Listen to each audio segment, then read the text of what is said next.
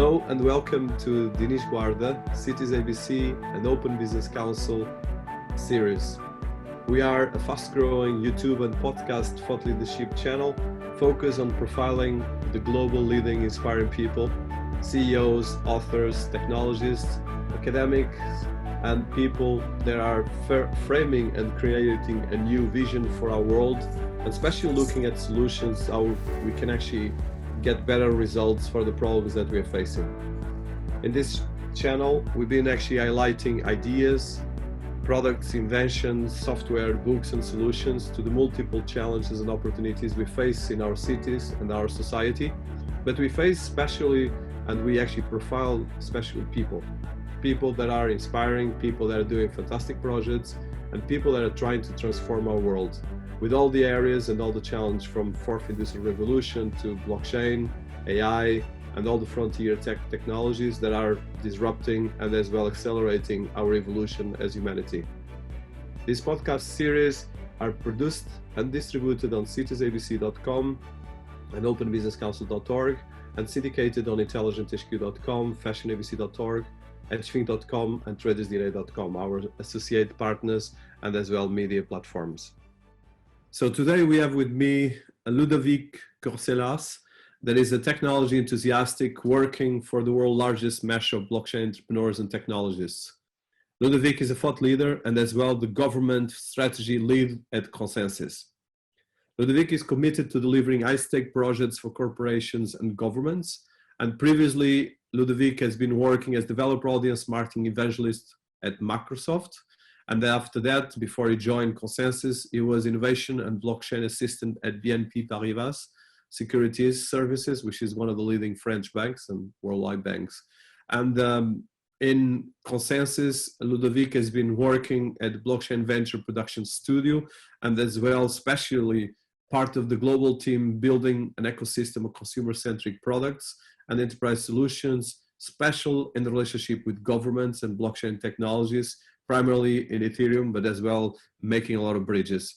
And during his tenure in ConsenSys, he started by being one of the first people and as well part of the ConsenSys team that was building the EU Blockchain Observatory and Forum for the European Commission DG Connect.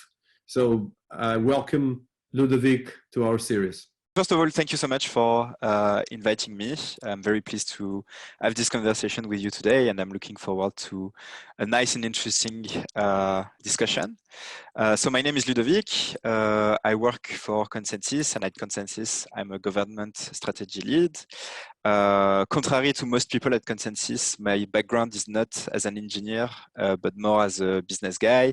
I did a business school in France, and I've been working since then in the tech industry and in the financial industry, at Microsoft first, and then at BNP Paribas, a French bank, before joining ConsenSys, where I've been working for 3 years now. And so my main focus at ConsenSys has really been on governments, as I was leading the EU Blockchain Observatory and Forum, which is a research initiative that has been put together by the European Commission. And so really the European Commission sensed that blockchain was going to be a big thing. And so they wanted to be on top of it and make sure that Europe was a leader for this industry. And so they created the EU Blockchain Observatory and Forum, which was first a 2-year initiative to research use cases and policy for blockchain technology. So I was leading this effort. This effort has been since then taken by another contractor. So ConsenSys is not anymore responsible for the EU Blockchain Observatory and Forum. And so since then, I'm mainly focused on our governance efforts and also on some efforts for deploying software for our clients. So just so for people who don't know ConsenSys, ConsenSys is a blockchain software company. We are the biggest blockchain pure player focusing on blockchain technology. The company has been founded by Joseph Lubin in 2014. So Joseph Lubin, one of the co-founders of Ethereum.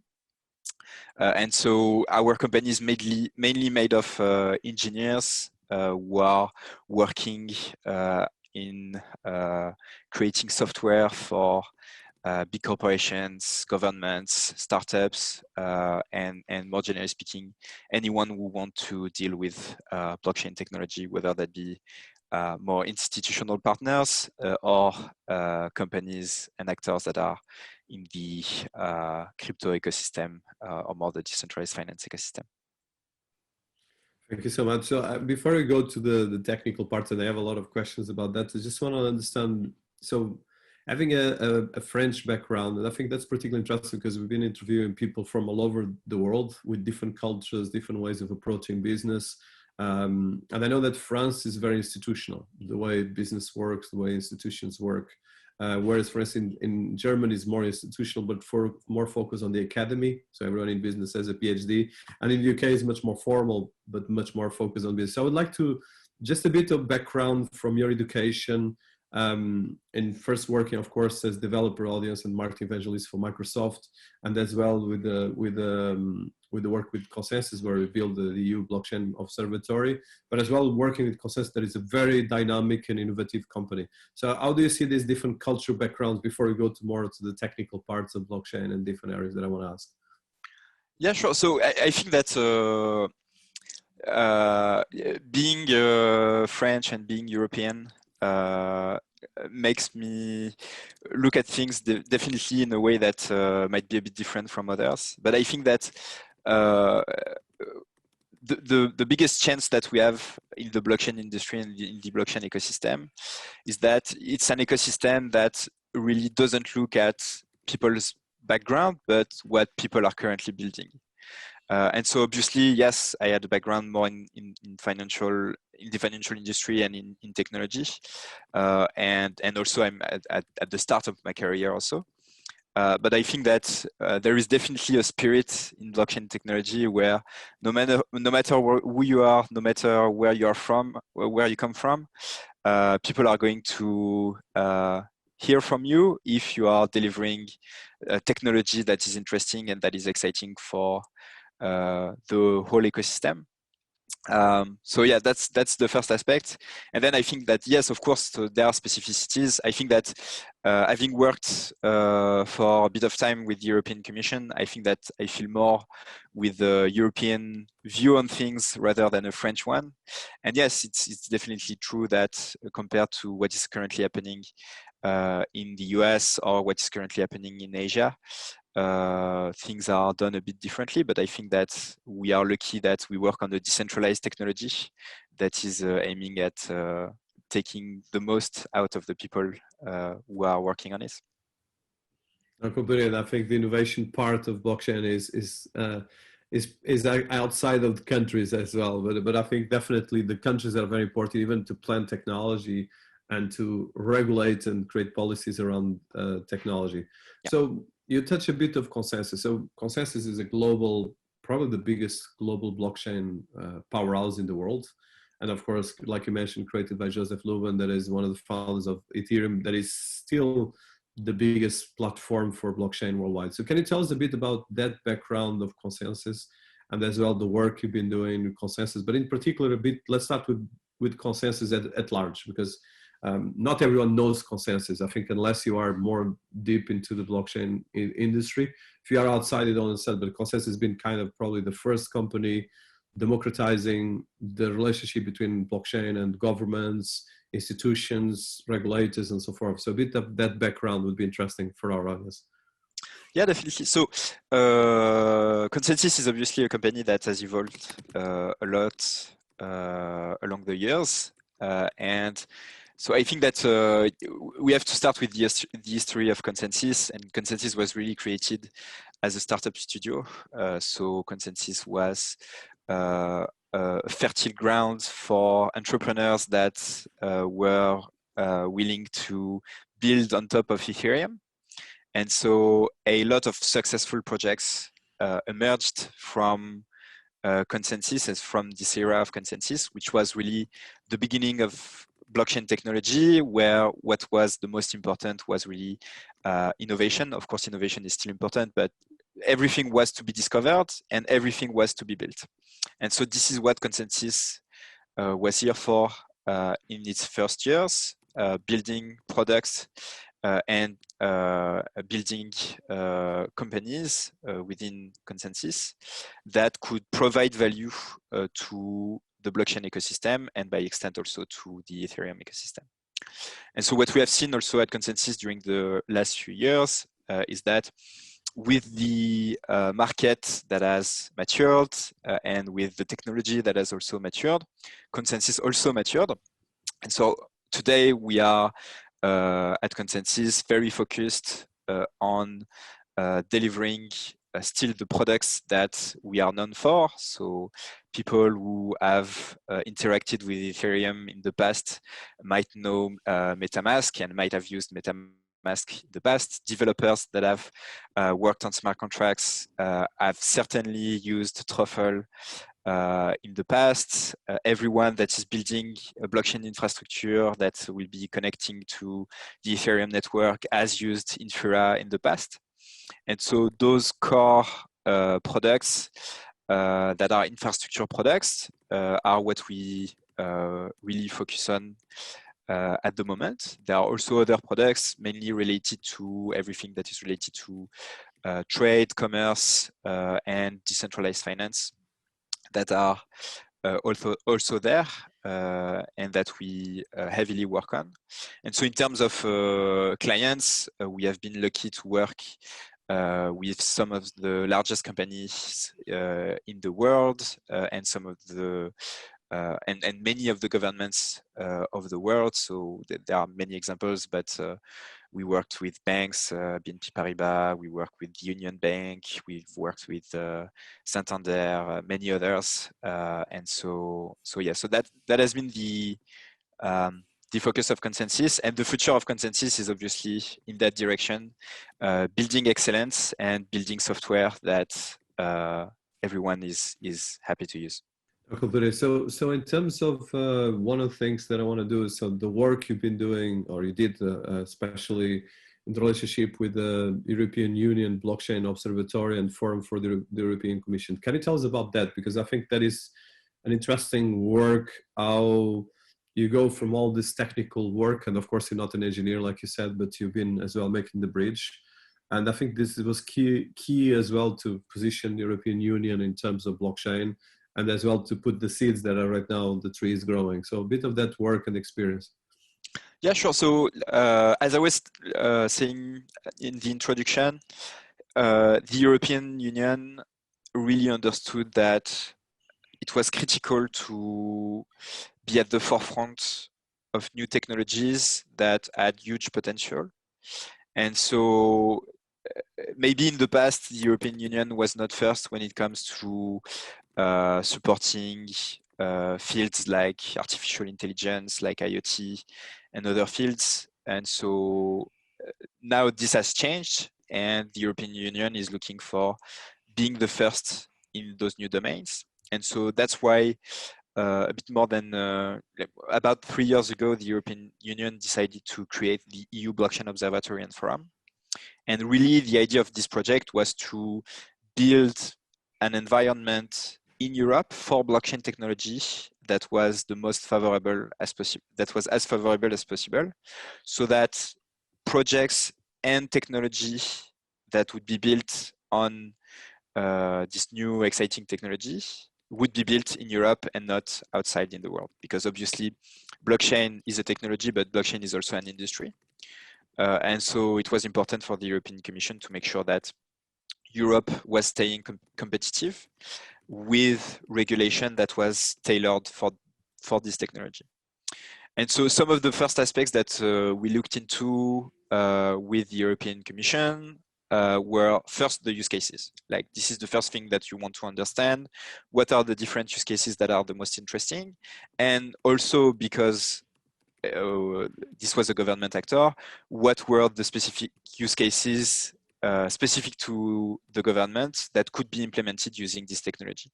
And so we looked at it very thoroughly, mainly trying to highlight what were the real benefits compared to traditional technologies, and what was the potential, considering where the technology was at that time and the future deployments and developments that were coming after, so that we don't miss the big innovation that is coming from technology, from blockchain. So that's the first aspect.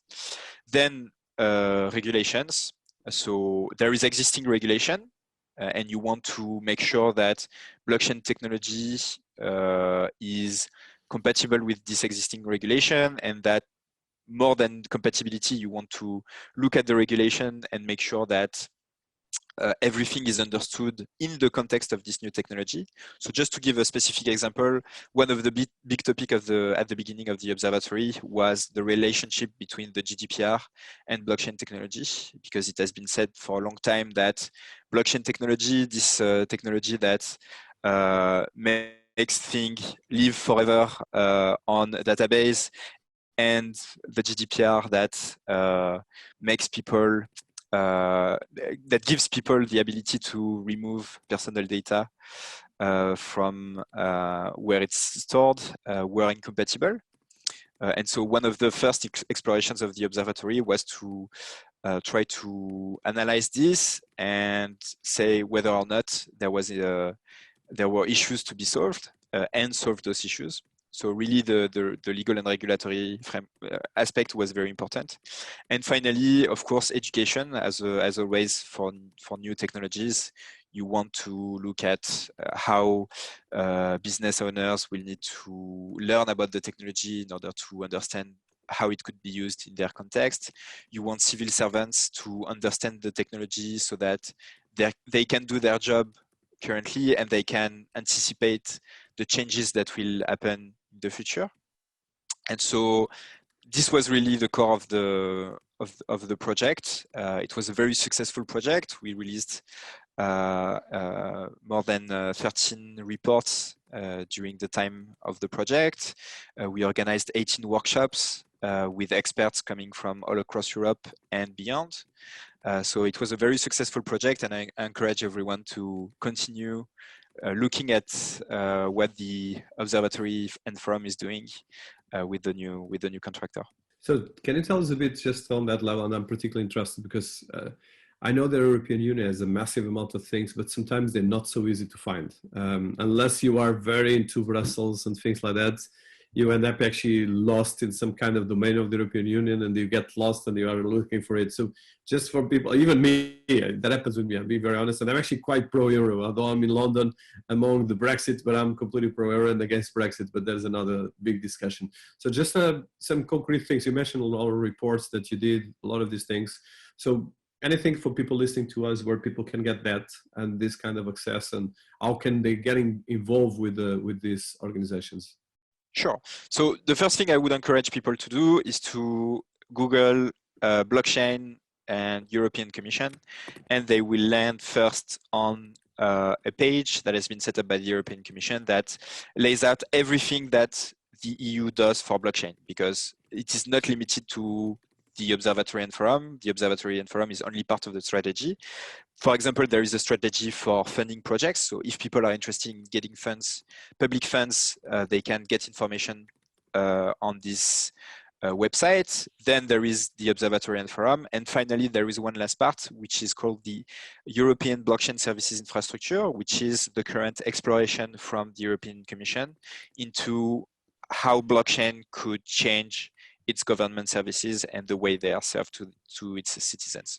So this is the place where you will find all the information.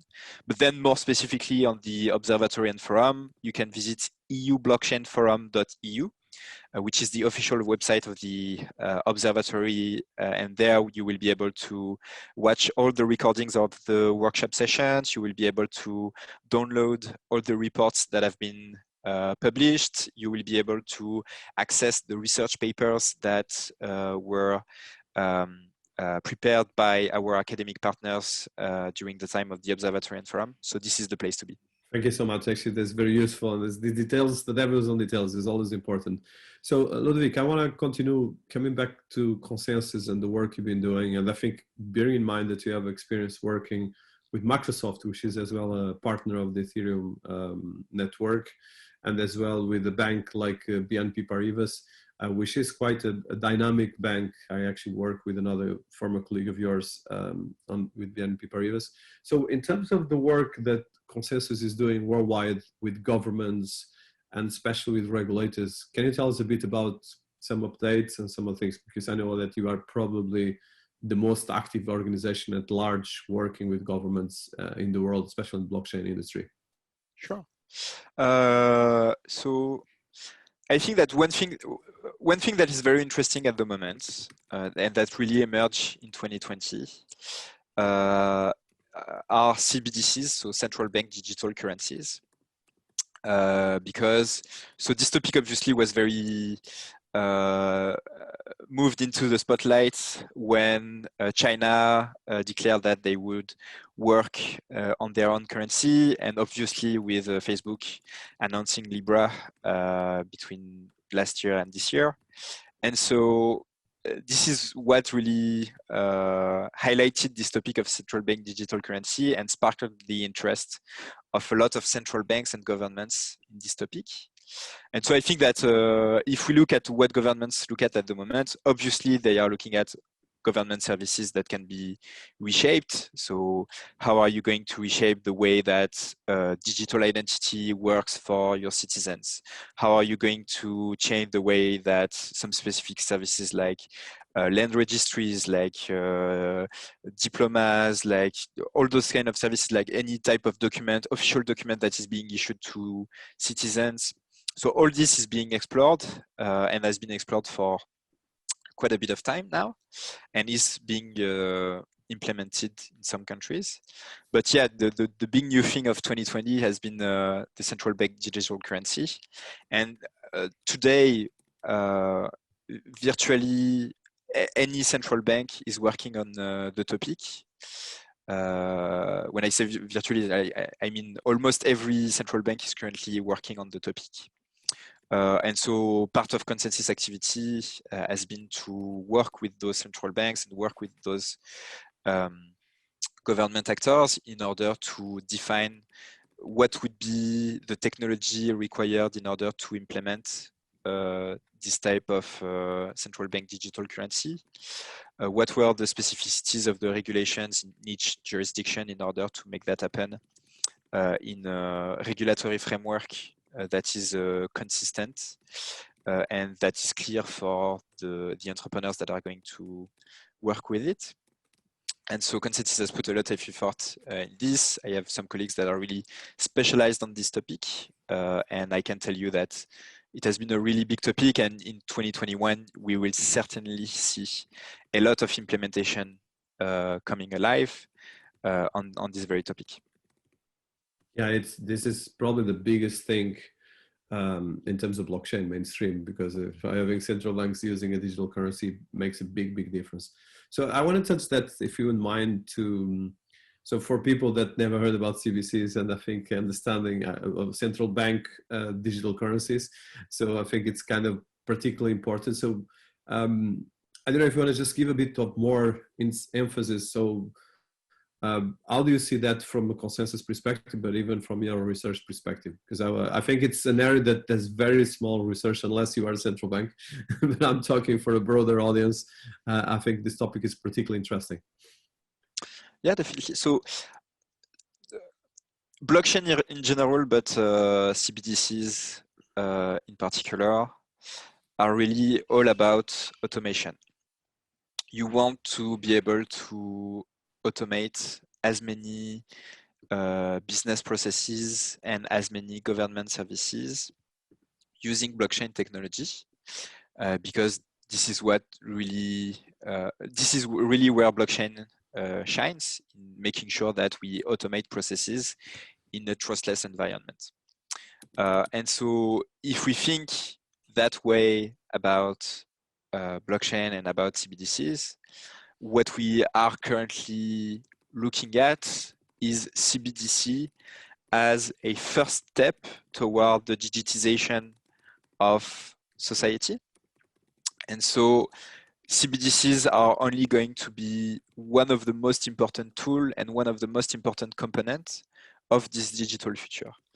Because again, if you look only at governments, which is what I looked the most at in the past, if you look only at governments, in the end, it's great that you can have the ownership of your property registered on the blockchain network. And so the land registry is managed independently. It's great that you can access government services and government issued documents very easily. But in the end, if you don't set up a payment system that is fast, that is reliable, that is natively cross-border, you will be very quickly blocked in your progress. And so this is what we are looking at with CBDCs. Almost every single use case that is related to blockchain technology will in the end need some sort of payment. And so if the business process is automated using blockchain technology and using smart contracts, then you want this exact same system to be able also to handle a currency that is recognized by all parties. And so this is where the CBDCs make really sense. So that's what we are really looking at in terms of use case and in terms of why CBDCs are such a big topic at the moment. And I think that there might be also a second reason, which is currently in the blockchain ecosystem, what is the main driver of innovation is decentralized finance. This is where we see the most excitement. This is where we see the most projects. This is where we see the most innovation. And so if government and traditional institutions want to get some benefit out of this innovation that is currently in DeFi, they need to make a step in this direction. And so the first step that they can easily do is to set up a CBDC and be able to start using those type of assets. Fantastic, and I think it's really very interesting and all the trends. So you touch DeFi, you touch as well CBDCs, but as well land registration, a lot of different products and a lot of things that are really making blockchain real. And that's, I think, what the work you've been doing in the last years, and as well ConsenSys has been leading the world. So I think there's a lot of myths still, even, of course, you and me are part of the industry and we know what you're talking about, but when it comes to the real, so we have still a paradox, and I want to touch that a bit with you. So for instance, let's say when you talk about big banks, and for instance, I just received a PR before this conversation saying that most of the big banks and financial organizations right now have a part of their portfolio in crypto, both in Bitcoin and Ethereum, of course, which are the main ones, and as well in other cryptocurrencies. But then we have the realities that, for instance, if you're a small entrepreneur and you go to a bank and you say that you work in blockchain, you might be blocked and things like that. So I think bearing in mind that you're working with the biggest banks and you and the organization, but then you have the reality.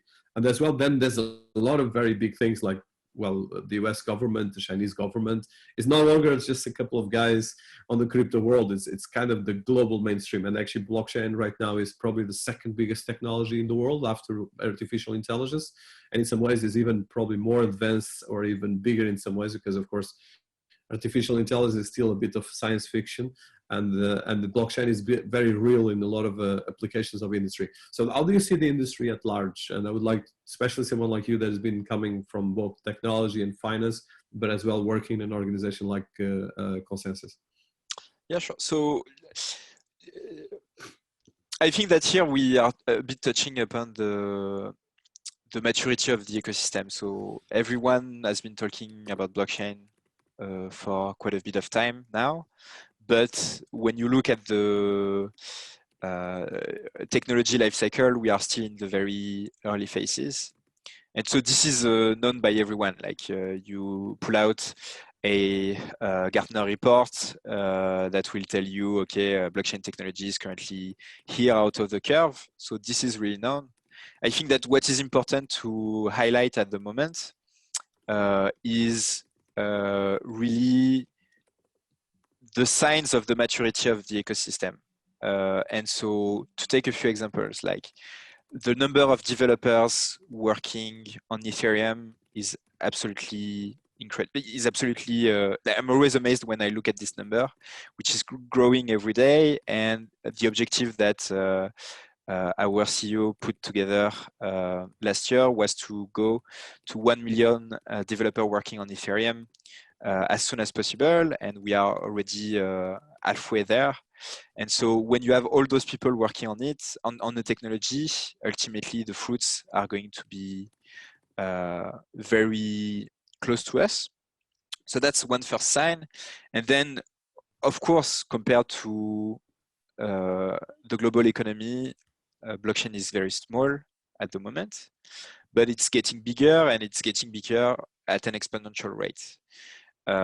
Just to give again an example, so currently at Consensus, across our various projects, we have been tokenizing more than $1 billion worth of assets using Ethereum technology, the Ethereum technology. And so this is one of the best examples of the amount of capital and funds that are currently flowing in the industry, and the amount of tokenization that is done on assets.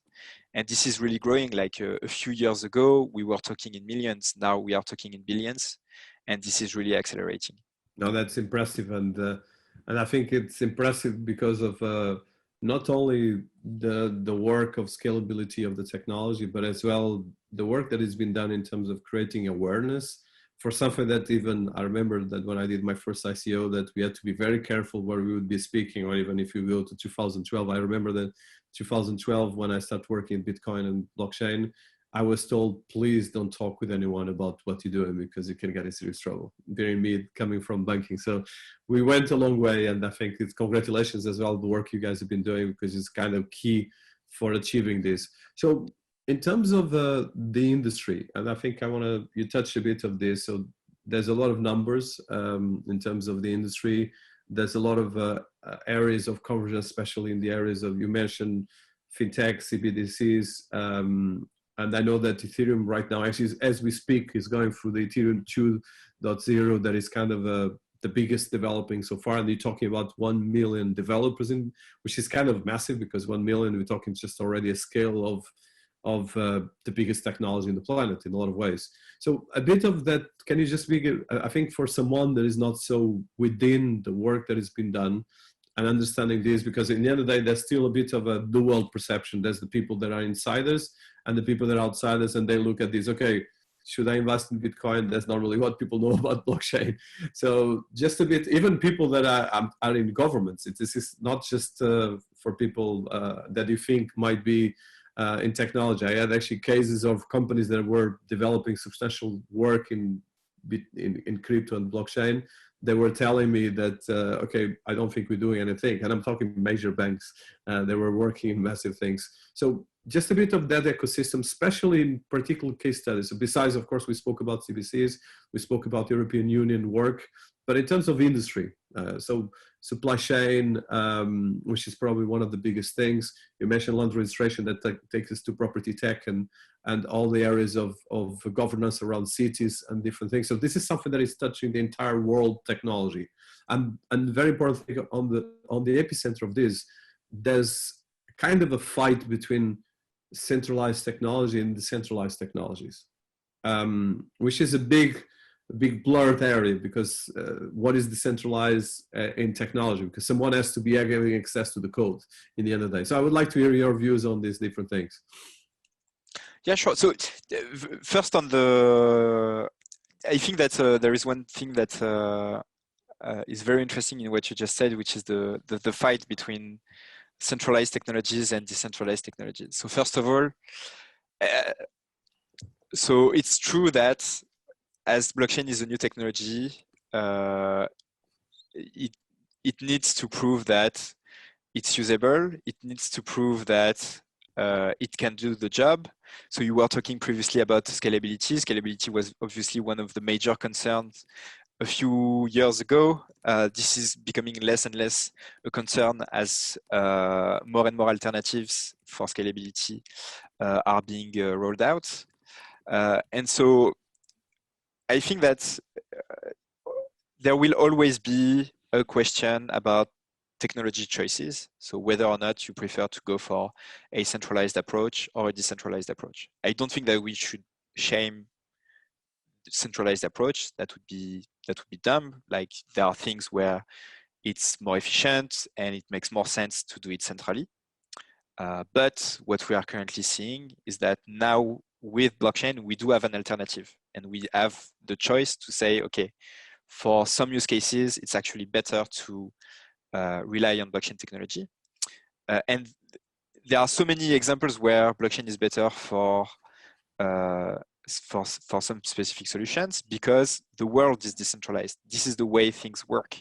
And so when we are talking about money, when we are talking about anything that is going to happen cross-border, the decentralized approach is the only option that you want to go for because this is the best. And when we look at blockchain, I think that what is driving a lot of people, a lot of developers and entrepreneurs working in the space at the moment is that we don't want blockchain to be a viable option. We want blockchain to be the best option for some specific solutions and applications. And so we were talking about CBDCs before. Yes, for this specific example, blockchain technology makes sense. We needed to prove over the years that the technology was ready. It is ready. And no other technology at the moment can do what blockchain can do as best as it does at the moment. And so this is one of the main aspects and one of the main reasons I'm really excited about blockchain today. It's because it is becoming the go-to option and not just an alternative. And so what this means is that when you are from the outside, like outside of the industry, obviously blockchain is still this technology that people have a hard time explaining how it works and an even harder time explaining what it is used for. And I think that's completely normal and it's going to remain as is for a bit of time, I think, because the projects that we are currently working on and the projects that were the earliest ones were actually projects with corporations and governments that aimed at changing how the plumbing of the financial infrastructure, the plumbing of infrastructure of IT systems within companies is currently working. And so those are not things that people are going to see directly. Like they can only feel efficiency gains if they are really looking at what is going on behind the curtains. But currently companies are getting the most benefits from the technology.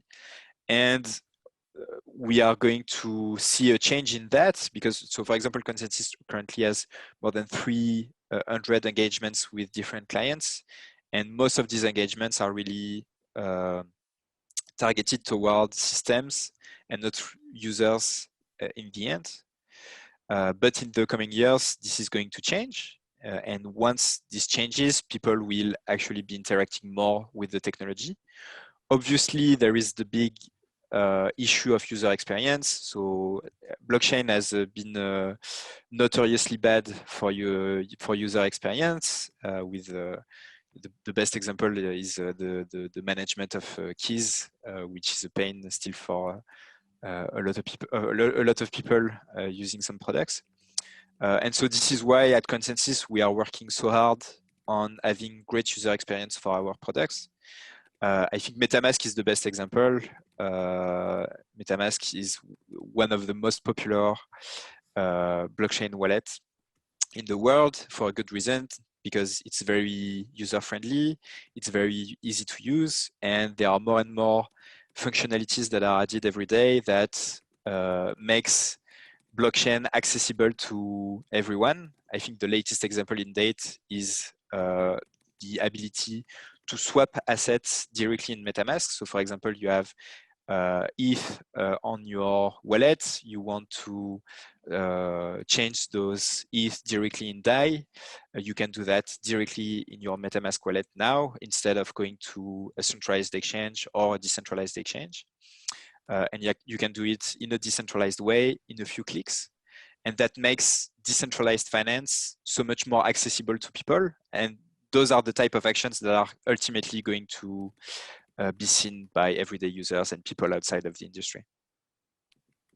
Yeah, and I think you touch a lot of very important things. I think especially the UI UX, which is something that I, even in the technology that I build, my focus was actually sometimes getting out of blockchain to make sure that you get into blockchain, because in the end of the day, it's not just blockchain. You need to make the bridge with the different technologies. And I think you touch critical elements from UI UX to all the bridge between the different things, and making sure that this is a technology that enables and empowers people, because the technology is worthless if it doesn't solve problems in the end of the day. So I think from your experience as well, so I think I'm particularly interested on this. And so you touched DeFi, okay? And DeFi is, at the end of the day, anything that is decentralized finance is DeFi, but DeFi has a specific right now new kind of I would say like the new ICO 2.0, the bit more of the stuff. So can you tell us a bit about that, especially from the perspective of someone that is so close with the Ethereum community, like ConsenSys? It's very funny about DeFi because I did not understand DeFi until recently. And for someone, not the only one. And for someone working at ConsenSys, that's a bit shameful. So you are here inside the company with all those colleagues that are excited about something that you don't see the interest of. And so I think that I understood recently why people are so excited about DeFi. And the thing is that I think that previously I was too much focused on specific projects. And so I was looking at one specific project and saying, okay, yes, that's good. People can now have collateralized loan using a platform that is completely decentralized. Yeah, that's good. Okay. And there were many examples, but it's only when I took a step back and looked at the whole ecosystem that I started to get excited. And now I couldn't be more excited because I see the amount of innovation that was poured into DeFi in a very short time. If you think about it, a couple of years ago, the only thing that we really had were decentralized exchanges that were here. We had some stable coins that were very helpful at the beginning, but that's mostly what we had at the beginning. And so we went from this ecosystem that is very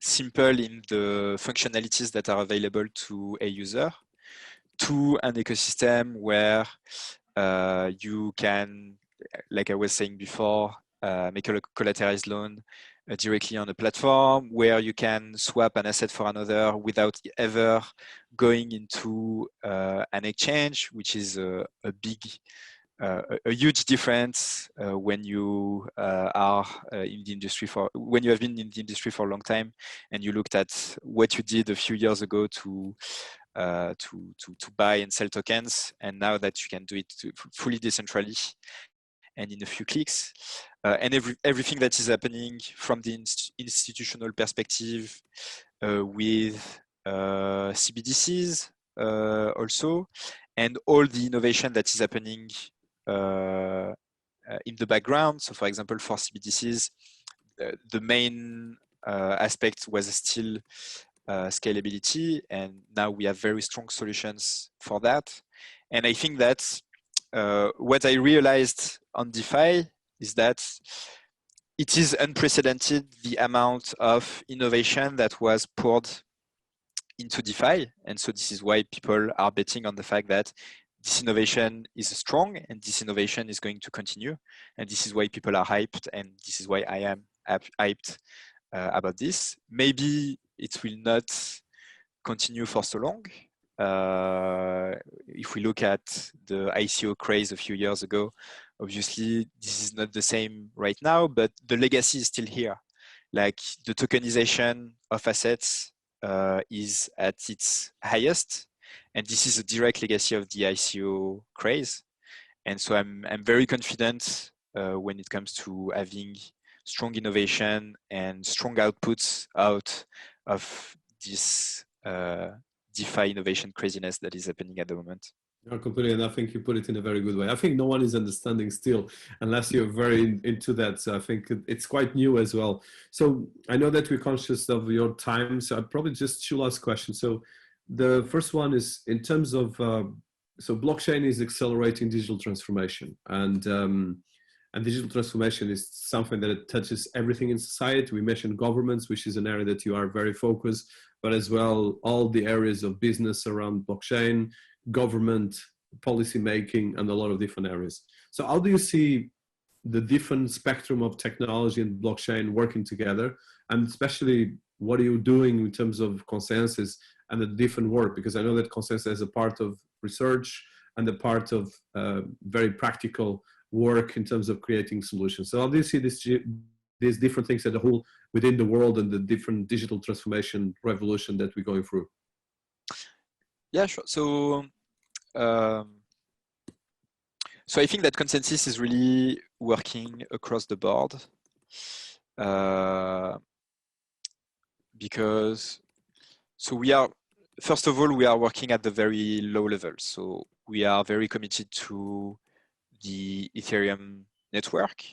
And so a good part of my colleagues are actually working on the protocol, are doing research on the Ethereum network, how it's going to work, what is going to be the future of it.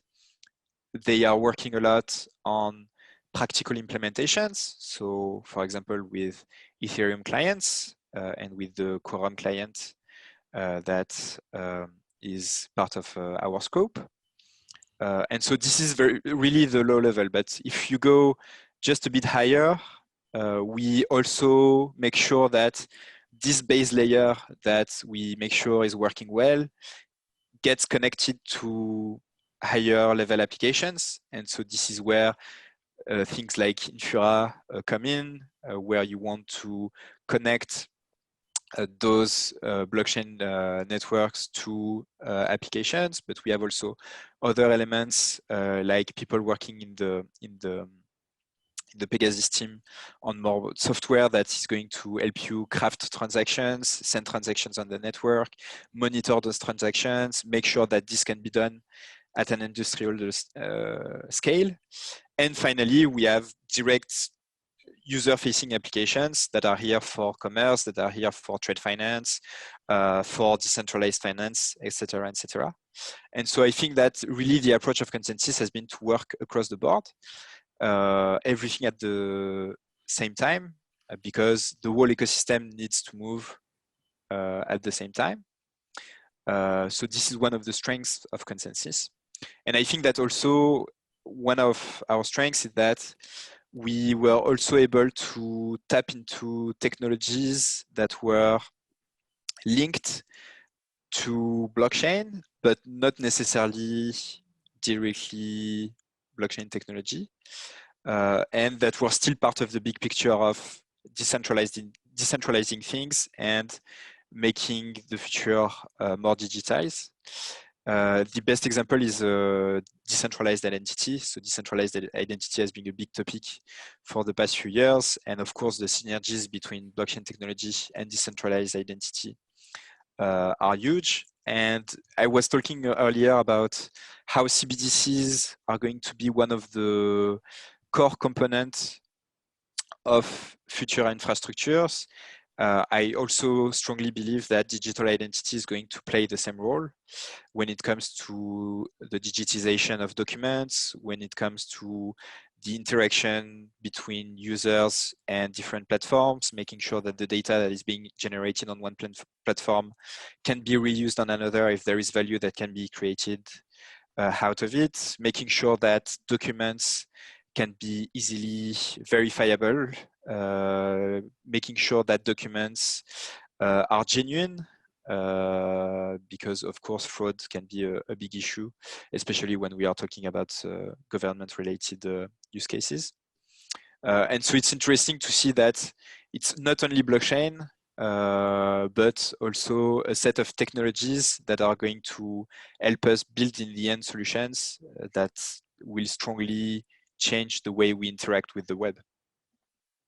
Completely. So probably my last one, and I know that we passed the time, so just one last tentative. So recently in an interview with with Charles Dossi, that is the digital currency electronic payment for Consensus, or a director of strategic initiatives at Consensus. One of the things he mentioned that at the moment Consensus is working in 11 or 12 central bank projects, and that he thinks we're going to have that in the next five years or so, to have like a global currencies in central banks becoming mainstream, or at least starting to. Well, China is already there, and as well I know that you're working with Australia and others. So any concrete case studies that you can actually pass to our audience that are public, that you can actually know? Especially you touch a lot of different things, and of course we have notes, and we're going to put that during the interview. But as this a wrap up, things that you want to highlight that you've been working, of course, from Europe to Australia to other places where you're working. Sure. So the CBDC topic is not my area of expertise, and yeah, I think that Charles said already what can be said. We work with a lot of people, and lots of central banks are interested in the topic. And what I can tell you is that it's not about exploration.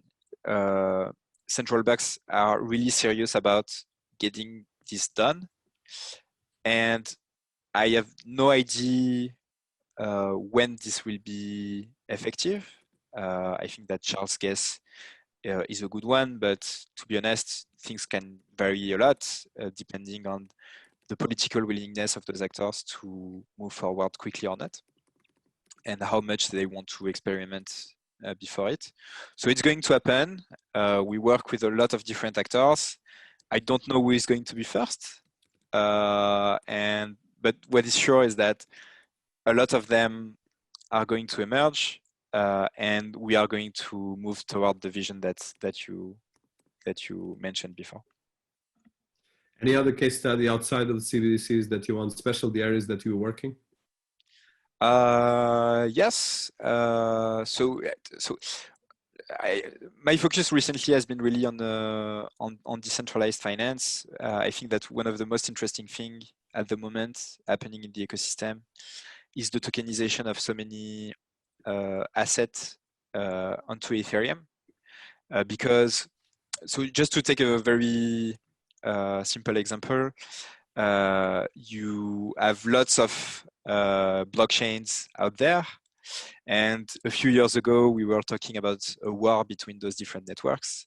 I think that now everyone realized that all those networks have some specificities that make them relevant. And so it's not going to be a winner take them all approach.